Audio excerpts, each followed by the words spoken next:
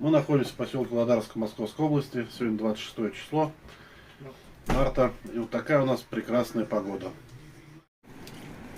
Немного о погоде в марте в поселке Володарского. Идет град. Снег, ветрище сдувает. Просто непонятно, что ужасно, что творится.